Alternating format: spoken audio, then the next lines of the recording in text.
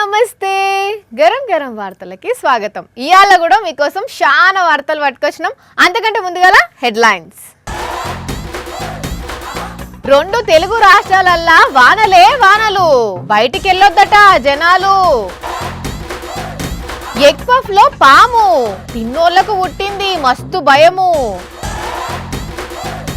Toilet తొట్టి కింద పెట్టిండ్రు మందు బాటిల్లు, షాక్ అయినరు చూసినోళ్ళు.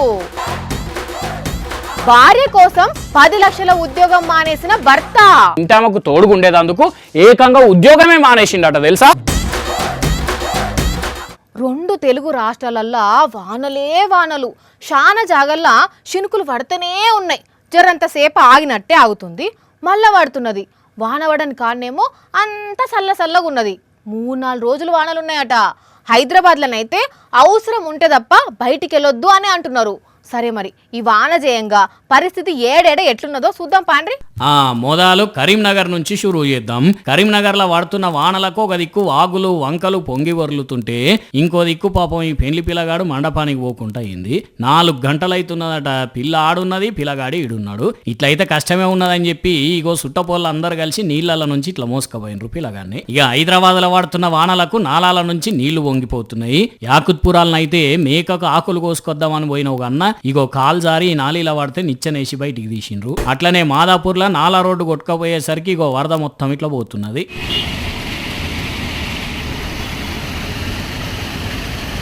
ఇంకా Mehdipatnam, Rajendranagar, Old City, Banjara Hills, Jubilee Hills చాలా చోట్ల వాన పడుతూనే ఉన్నది. జర్రంతసేపు ఆగినట్టు చేసినా మళ్ళా పడుతున్నది.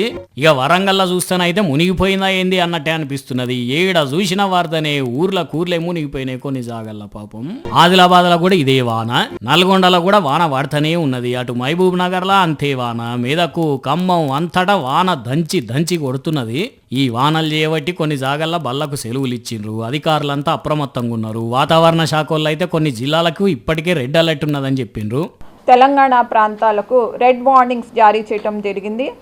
తెలంగాణలో ఈరోజు ఎక్కువగా కూడా సెంట్రల్ జిల్లాలు అయినటువంటి సంగారెడ్డి, మెదక్, వికారాబాద్, మేడ్చల్, మల్కజ్గిరి ఈ ప్రాంతాలన్నిటికీ కూడా మనం రెడ్ వార్నింగ్స్ జారీ చేయగా ఇంకొన్ని జాగల్లనేమో ఆరెంజ్ అలర్ట్ ఉన్నది. హైదరాబాద్, హన్మకొండ, ఆదిలాబాద్, జనగాం, కామారెడ్డి, కుమరంభీం, ఆసిఫాబాద్, మహబూబాబాద్, మంచిర్యాల్, నల్గొండ, రంగారెడ్డి, సిద్దిపేట్, వరంగల్ జిల్లాలకు ఆరెంజ్ వార్నింగ్స్. తతిమ జాగల్లో ఎల్లో అలర్ట్. ఇక తెలంగాణ పరిస్థితి ఇట్లుంటే అబ్బో ఏపీలో చూడాలే దేవా. అమరావతి రాజధాని జాగాను గుర్తుపట్ట రాకుండా ఇదేమన్నా శర్వా అన్నట్టు అయిపోయింది మొత్తం. అమరావతి ఐకానిక్ టవర్స్ అని చెప్తున్నారు కదా, అవి కూడా మునిగిపోయినాయి. గుంటూరు జిల్లాలనైతే ఫుల్ వర్షం.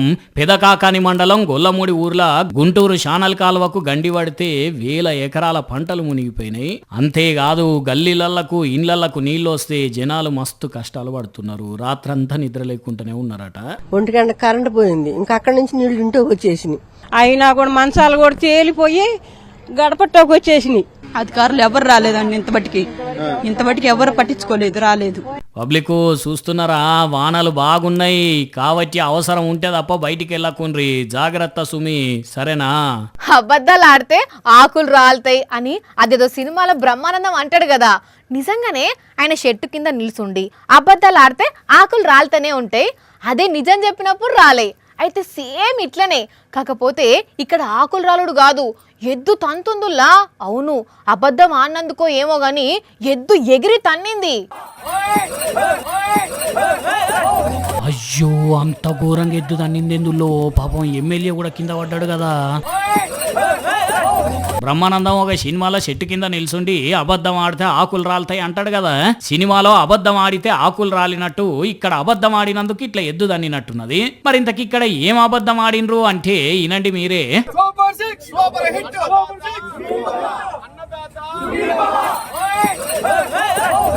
విన్నారు కదా, సూపర్ 6 సూపర్ హిట్ అంటున్నారు. అంతటితో ఆగకుండా అన్నదాత సుఖీభవ అంటున్నారు. మరటి చంద్రబాబు ఏమో సూపర్ 6 అడిగితే 4 కోస్తా అన్నట్టేమో మాట్లాడిండు.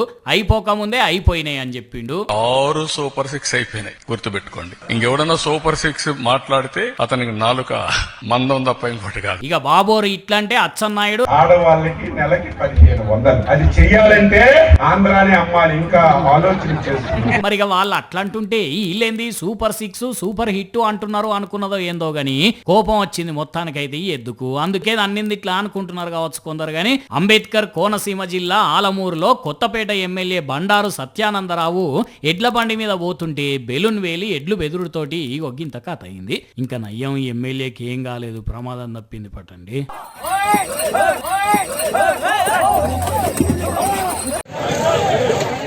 ఎగ్ పఫ్ మీరు తినే ఉంటారు, చికెన్ పఫ్ తినే ఉంటారు, నాన్ వెజ్ తినని వాళ్ళు అయితే కర్రీ పఫ్ తినే ఉంటారు కదా.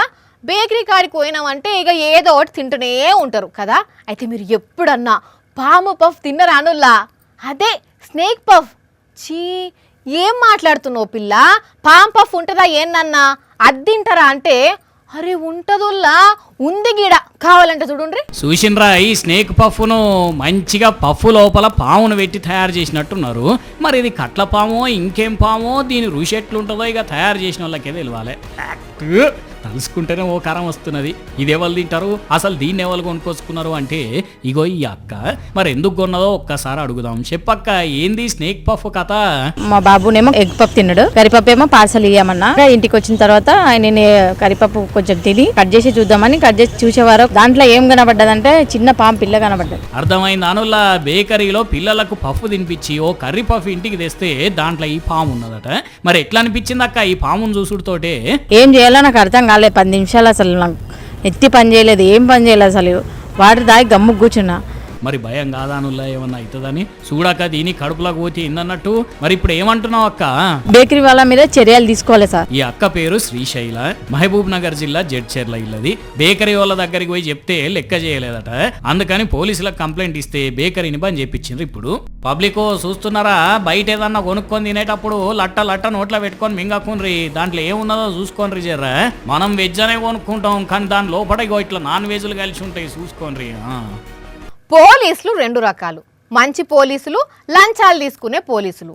అట్లనే లీడర్లు కూడా 2 రకాలు, మంచి లీడర్లు, దోసుకునే లీడర్లు. ఇట్లా మనుషులంతా 2 రకాలు, మంచి మనుషులు, చెడు మనుషులు. అయితే సేమ్ గిట్లనే దొంగల్లో కూడా 2 రకాల దొంగలు ఉన్నారు, మంచి దొంగలు, చెడ్డ దొంగలు. ఆగో, దొంగలు అంటేనే షెడ్డోళ్ళు, దాంట్లో మంచి దొంగలేంది అంటారా? ఇంగో ఈ అవ్వ తాత చెప్తారు మంచి దొంగలు ఎవలో ఏందో అనేది. పురుషులందు పుణ్య పురుషులే వేరయా అన్నట్టు దొంగలందు వీళ్ళింట్లో పడ్డ దొంగలే వేరట. ఎందుకంటే ఇంగో ఈ అవ్వ చెప్తుంది నుండ్రి. పని పని పని అని వచ్చాను, తెచ్చాడు, తాగాను. వాళ్ళు మాత్రం హెల్ప్ చేశారు బాబు, లేకపోతే మేము చచ్చేపోతున్నాం. నోరు పెడారు పోయి వాళ్ళని చూసి వణికిపోతున్నాం మనుషులు. ఇన్నారుల్లా వీళ్ళింట్లో పడ్డ దొంగలు వీళ్ళను కొట్టి బంగారం పైసలు ఎత్తుకపోయినరట. కానీ భయంతోని వీళ్ళు దూపా నీళ్ళని అరుస్తుంటే మంచినీళ్ళు ఇచ్చిరట తాగుమని.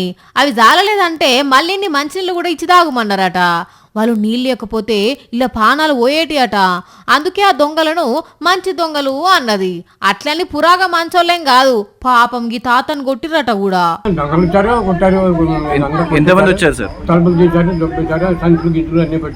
హైదరాబాద్ కూకట్పల్లిలో జరిగింది ఈ దొంగతనం. అయ్యో, వీళ్ళింట్లో దోసుకున్నాక వీళ్ళ ఇంటి ముంగటోళ్ళ ఇంటికి కూడా పోవాలని చూస్తే ఆ టైంలో ఇంగో ఈ చెల్లె చదువుకుంటుందట. ఈమె వాళ్ళని చూసి అరసిన పోలే ఉరికిండ్రట. మరి వీళ్ళు తెలుగు కాకుండా ఇంకేదో భాష మాట్లాడుతురట. ఈ లెక్కన చూస్తే వీళ్ళు ఏ రాష్ట్రంలో పోలీసులు దొరకబడతారు గాని ఇప్పుడైతే వాళ్ళ కోసం ఏం కులాడుతురట.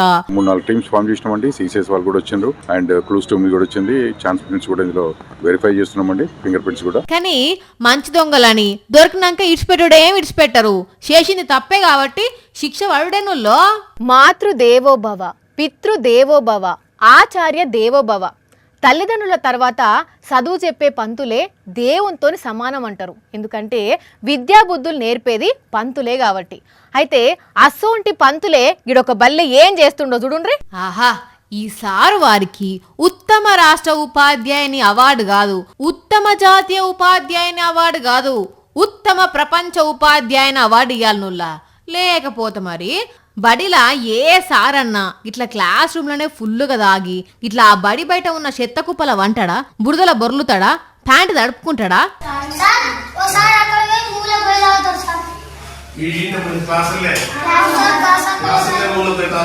చూసిండ్రా ఈ తమ్ముడు ఏం చెప్తున్నాడో, క్లాస్ రూమ్లో ఈ మూలకే తాగుతాడట. కొంచెమన్నా సిగ్గు శరం ఉండాలి. అరే పిల్లలకు విద్యాబుద్ధులు నేర్పాల్సిన పంతులు బుద్ధులేని పనులు చేసి ఎట్లనోళ్ళా? ఈయన చూసి ఏం నేర్చుకోవాలో పిల్లగాన్లు? ఈ తాగుబోత్ సార్ వారి పేరు రవిచందరు. జోగులాంబ గద్వాల జిల్లా రాజోలి మండలం చిన్న ధన్వాడ ప్రాథమిక పాఠశాలల పంతులు. అయితే దినాంగిట్లనే తాగుతుండట, పిల్లలను గిచ్చుతుండట. గిట్లెందుకు చేస్తున్నావయ్యా, సస్పెండ్ అవుతావు అని అంటే ఏమంటున్నాడో ఈయనుండ్రి. లంచం తప్పుతావా? ఎవరికి? ఇన్న రానుల్లా పెద్ద ఆఫీసర్లకు లంచం ఇస్తారట ఏం అనకుండా. ఇక ఇదే ముచ్చట తెలుసుకున్న పెద్ద సార్ వచ్చి ఇదేం పని అని అడిగితే తాగిన మత్తులో ఏదేదో బాగుతుండు. దెబ్బలు తగిలించుకున్నాం, మూత్రం పోసుకున్నాం, ప్యాంట్లో ఉట్లుట్లు ఉంది, కింద అంతా బురద ఉంది ప్యాంటు. మనకు పిల్లలు ప్రతిదీ గమనిస్తారు సార్, మనం ఎట్లా ఉన్నాం అని గమనిస్తారు. గిసోంటోలు ఉండి దండగా సస్పెండ్ చేసుడు కాదు, పురాగా కొలుగుల నుంచి తీసేస్తే అప్పుడు తెలుస్తుంది అని కోపం చేస్తున్నారు. ఈయన తాగుడు చూసిన పబ్లిక్ ఆ పాట ఏంది, ఆ డాన్స్ ఏంది? కొల్వుకు రాకుంటే ఉన్న మజా అది అనుభవించితే తెలియనులే, నేను లీవులే లలలాం లలలాం నేను లీవులే. లీవా? ఎవరిని అడిగి లీవ్ పెట్టినావు నువ్వు? గ్రూప్ లో పెట్టినా చూడలేదా? అయినా వాసిపోయిన వంకాయ ముఖం వేసుకొని వాట్సాప్ చూసి అలవాటు లేదు కదా నీకు. ఎన్ని రోజులు లీవు? డస్ట్బిన్ 10 రోజులు 10 నక్కల్. 10 రోజులా? అయినా నీకెవల్రా 10 రోజులు లీవ్ ఇచ్చేది? ఉన్న క్యాజువల్ లీవులు సిక్ లీవులు అన్ని వాడుకున్నావు ఆల్రెడీ. హలో, మనల్ని తక్కువ అంచనా వేయకమ్మా. మెటర్నిటీ లీవ్ పెడితే 10 రోజులు లీవ్ ఇస్తారని తెలిసి అదే పెట్టి. మెటర్నిటీ లీవా అంటే ఏందో తెలుసా నీకు? మెంటల్ గా డిస్టర్బ్ అయిన వాళ్ళు తీసుకునే లీవ్ అని చెప్పిండు మన రాజ్ కుమార్. మెంటల్ గా డిస్టర్బ్ అవ్వడు కాదు, నువ్వు మెంటల్ ఓన్వి కాబట్టి అట్లా చెప్పిండు. అదేంది? మెటర్నరీ లీవ్ అంటే ప్రెగ్నెన్సీ లీవ్. అవునా? కడుపుతో ఉన్న లేడీస్ కి ఇస్తారు, లేదంటే ఇంటామె డెలివరీ అయితే ఆమెకు తోడుగుండేటందుకు ఇంటాయనకి ఇస్తారు. ఒంటికాయ సొంటి కొమ్ము గానివి నీకెందుకు ఇస్తారు అది? సర్లే, ఏదో ఒకటి మేనేజ్ చేయరాదు ప్లీజ్ ప్లీజ్ ప్లీజ్ ప్లీజ్. అదే లీవ్ ఎందుకు కావాలనో ప్రాపర్ రీజన్ చెప్పు, పెద్ద సార్ తోటి నేనే మాట్లాడతా. అంతకైతే రోజు ఆఫీస్ కి రావాలంటే బోర్ కొడుతుంది వాని. ఇంట్లుంటే ఒక్క 10 రోజులు అబ్బా. ఇంట్లోండి గాడిద పళ్ళు తోముతావా? నా పనులే చక్కగా తోముకొని ఇంకా గాడిద పనులు తోముతాను. కావాలంటే నేను ఇంట్లో హెల్ప్ చేస్తా, చిన్న చిన్న పనులు అరుచుకుంటా. అబ్బో, ఇంటోళ్ళకు హెల్ప్ చేసేందుకు లీవ్ తీసుకుంటారా ఎవరన్నా? ఎందుకు తీసుకోరబ్బా? బెంగళూరులో ఉన్న ఆయన కడుపుతో ఉన్న ఆయన ఇంటామకు తోడుగుండేదందుకు ఏకంగా ఉద్యోగమే మానేసిండట తెలుసా? తెలుసు, బాగా తెలుసు. మరిగా నేనేమన్నా అట్లా బంద్ చేసినా? జస్ట్ లీవ్ అడుగుతున్నా గంతే కదా. ఆయన జీతం ఎంతనో ఎరికేనా నీకు? ఎంత? 1.5 కోటి ఏడాదికి. మరి నా జీతం నెలకు 10 లక్షలు, 7 ఏళ్లల్లా 7 కోట్లు సంపాదించిన. ఇప్పుడు నా పెళ్ళాం ప్రెగ్నెంట్, తనను జాబ్ మానేయమంటే మాంతలేదు, వర్క్ ఫ్రమ్ హోమ్ చేస్తా అంటుంది. కాబట్టి తన బాగోగులు చూసుకునేందుకు నేనే జాబ్ బంద్ చేసిన అని రాసిండు. నెలకు 10 లక్షలు వచ్చి ఉద్యోగం వదిలేసిండా? ఆయన అంటే 7 కోట్లు ఎనికేసుకున్నాడు కాబట్టి 7 నెలలు బంద్ చేసినా బాధ ఉండదు. నీ జీతం ఎంతయ్యా బంద్ చేస్తేందుకు? జీతం లేకుంటే ఎట్లా వెళ్తుంది అనుకుంటున్నావు? అదేంది లీవ్ తీసుకుంటే జీతమేయరా? అసలు లీవ్ వేయర్రా బాబు అంటే ఇంకా ఇంట్లుంటే జీతం ఇస్తారా? వాళ్ళు ఇచ్చినా నువ్వు ఇయ్యద్దని చెప్పే రకం. గురికాయించి చూసిన కాడికి సాలు గని నడువు. ఆడేన్నో ఒకళ్ళు బొందల పడ్డారట, పోయి ఆ ముచ్చటార్చుకరాపో. బొందల పడ్డ వార్తనా? బొంద పోతున్నది. కానీ ఈ కాలంలో లక్షల రూపాయల జీతాన్ని కాదని ఇంటామకు ఆసరైతా అంటుందంటే ఆ మనిషి ఎవలో గాని దండేసి దండం పెట్టాలి. కాకుంటే ఇయ్యాల ఇంటామని చూసుకునేందుకు ఇంట్లుంటా అంటున్నాడు. రేపట్ల పిల్లలు పుడితే వాళ్ళు పెరిగి పెద్దగా ఏదాకా పోను అంటాడా ఏంది జాబుకు? చూసిరు కదా, ఇవి ఇవాల్టి గరం గరం వార్తలు. మళ్ళొచ్చే ఎపిసోడ్లో ఇంకిన్ని గరం గరం వార్తలతో కలుద్దాం. మన టైం అయితే గుర్తుకున్నది కదా, రాత్రి 8:30కు, మళ్ళీ పొద్దుగాల 8:30కు. మర్చిపోకుండా చూడుండ్రి. టాటా.